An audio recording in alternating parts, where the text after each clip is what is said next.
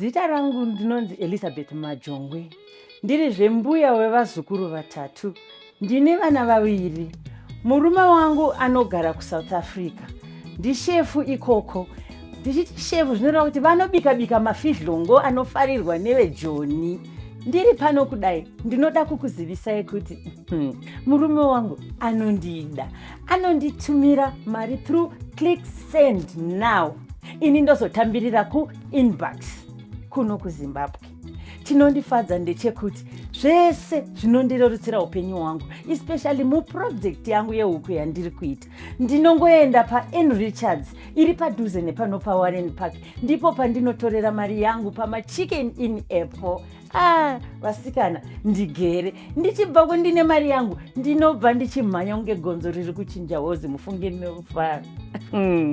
Asizve ndoda kukuzivisai kuti nguva ino yeChristmas kutambira mari mahara. Udzai hama dzenyu dziri kuSouth Africa kuti tumirai mari neClickSendNow, totambirawo kuno kuInnBucks. Aiwazve tifare pamwe chete hama dzangu, tonotorawo mari dzedu kumachicken in akatekeshera nenyika.